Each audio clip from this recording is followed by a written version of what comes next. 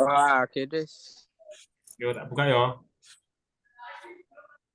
Baik teman-teman, Assalamualaikum warahmatullahi wabarakatuh.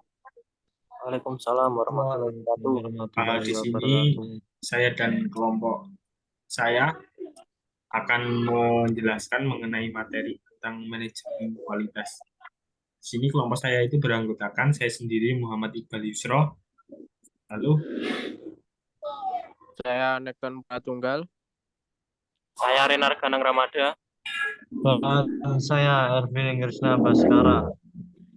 dengan NIM yang sudah tertera.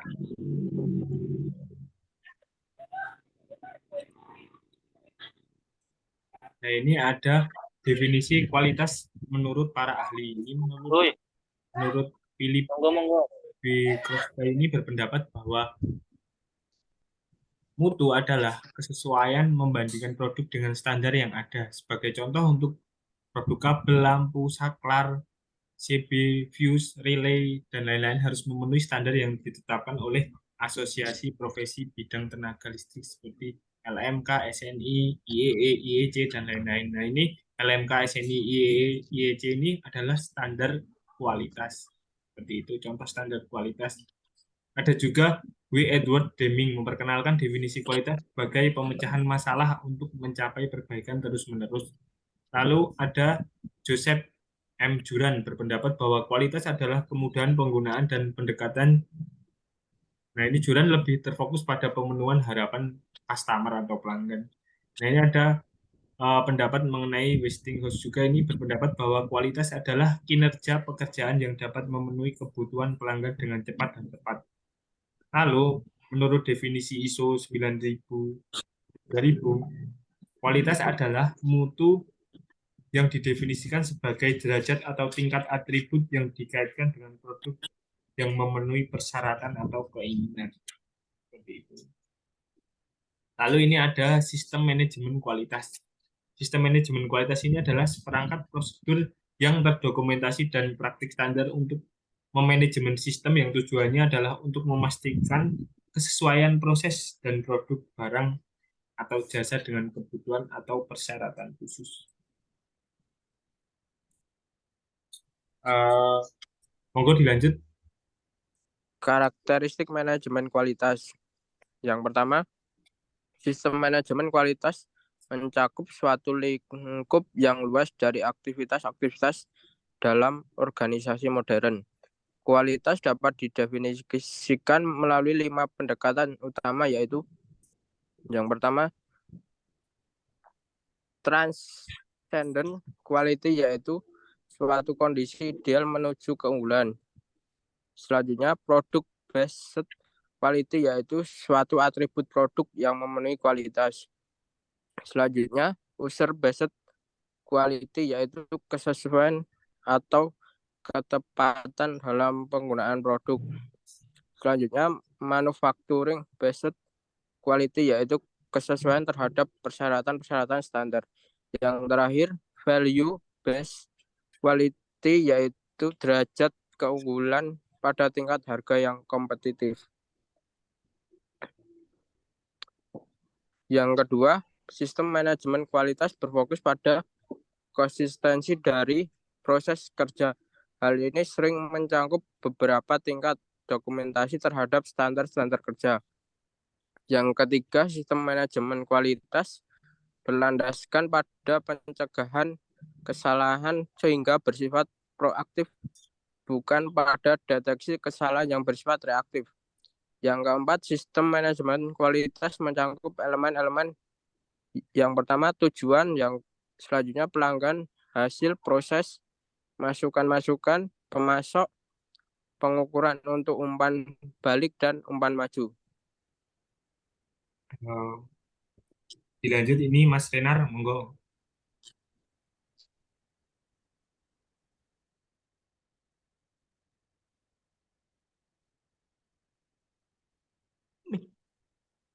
Halo Mas Renar.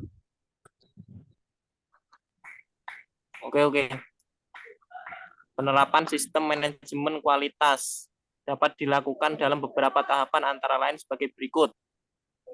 Yang pertama, memutuskan untuk mengadopsi suatu standar sistem manajemen mutu yang akan diterapkan. Yang kedua, menetapkan suatu komitmen pada tingkat pemimpin senior dari organisasi. Yang ketiga, menetapkan suatu kelompok kerja atau komite pengaruh yang terdiri dari manajer-manajer senior. Yang keempat, menugaskan wakil manajemen atau manajemen representatif. Yang kelima, menetapkan tujuan-tujuan kualitas dan implementasi sistem. Yang keenam, meninjau ulang sistem manajemen kualitas yang sekarang. Yang ketujuh, mendefinisikan struktur organisasi dan tanggung jawab. Kemudian yang ke-8, menciptakan kesadaran kualitas atau quality awareness pada semua tingkat dalam organisasi. Yang 9, mengembangkan peninjauan ulang dari sistem manajemen kualitas dalam manual kualitas, buku panduan. Kemudian yang ke-10, menyepakati bahwa fungsi-fungsi dan aktivitas dikendalikan oleh prosedur-prosedur. Yang ke-11, mendokumentasikan aktivitas terperinci dalam prosedur operasional atau prosedur terperinci. Yang ke-12, memperkenalkan dokumentasi. Yang 13, menetapkan partisipasi karyawan dan pelatihan dalam sistem. Yang ke-14, meninjau ulang dan melakukan audit sistem manajemen kualitas. Ini dilanjut, Mas Erwin. Oke, lanjutan. Yang pertama yaitu Kaizen. Kaizen adalah sebuah perbaikan diri secara bertahap dan berkesinambungan tanpa henti dengan tindakan kecil yang kemudian akan menjadi kebiasaan dan dapat mengarah pada kesuksesan.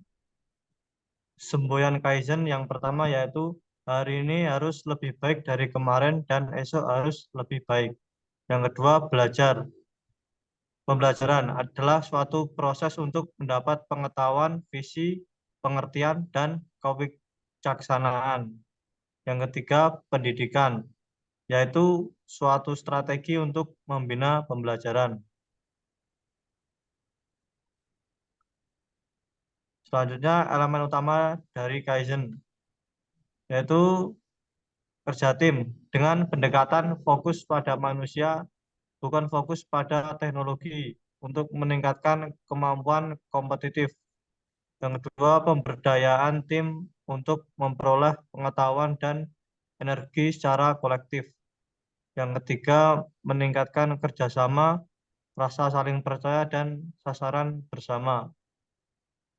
Yang kedua, komunikasi, melibatkan orang dalam membuat solusi. Yang kedua, ciptakan dan memantapkan budaya di mana orang bebas untuk membuat dan mengakui adanya kesalahan.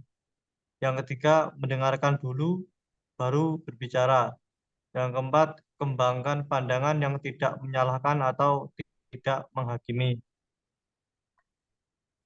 Baik, ini untuk elemen utama Kaizen, yaitu lanjutan dari tadi, membuang pemborosan atau WOS. Ini dikenali dan dihilangkan segala yang tidak menambah nilai produk untuk pelanggan. Lalu berlatih untuk berpikir dengan orientasi pada proses. Lalu selanjutnya langkah kecil yang berkelanjutan, yaitu kita akan memuaskan pelanggan dengan meningkatkan proses kita secara berkelanjutan. Dan ambillah langkah-langkah kecil, pelajari dan perbaiki. Lalu ini ada pendekatan manajemen kualitas lagi. Yang kedua itu namanya TQM atau Total Quality Management. Total Quality Management didefinisikan sebagai strategi usaha dan berorientasi pada kepuasan pelanggan dengan melibatkan seluruh anggota organisasi. Yang ketiga ada pilar TQM. Total Quality Management ini memiliki pilar-pilar ya, yaitu yang pertama ada kepuasan pelanggan, ada pilar sumber daya manusia, yang maksudnya keterlibatan semua orang di dalam organisasi untuk keberhasilan program. Lalu ada metode perbaikan. Nah, ini menggunakan metode yang saintifik tapi mudah dipahami dan dipergunakan. Selanjutnya Mas Nixon.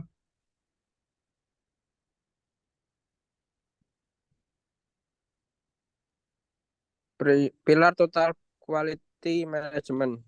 Prinsip manajemen kualitas terpadu. Yang pertama, komitmen manajemen secara penuh. Yang kedua, utamakan konsumen. Selanjutnya, komitmen pada kualitas. Yang keempat, komitmen pada perbaikan tanpa henti. Yang kelima, komitmen pada kerja tim. Yang keenam, pemberdayaan sumber daya manusia. Yang terakhir, komunikasi.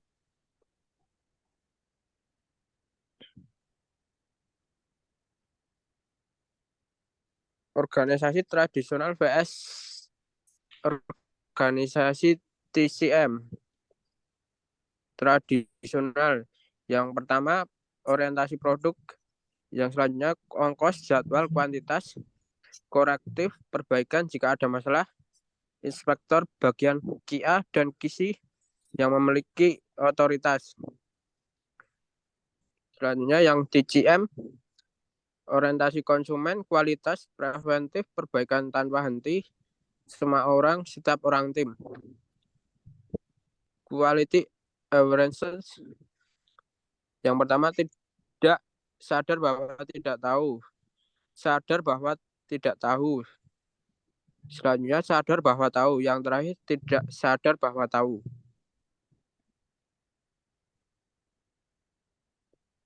Nah, mungkin dari kelompok kami mempresentasikan tentang manajemen kualitas cukup sampai di sini. Apakah teman-teman ada pertanyaan?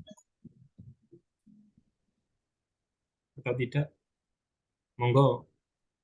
Oh, nampaknya udah jelas semua ya ini ya? Nggak ada pertanyaan ya?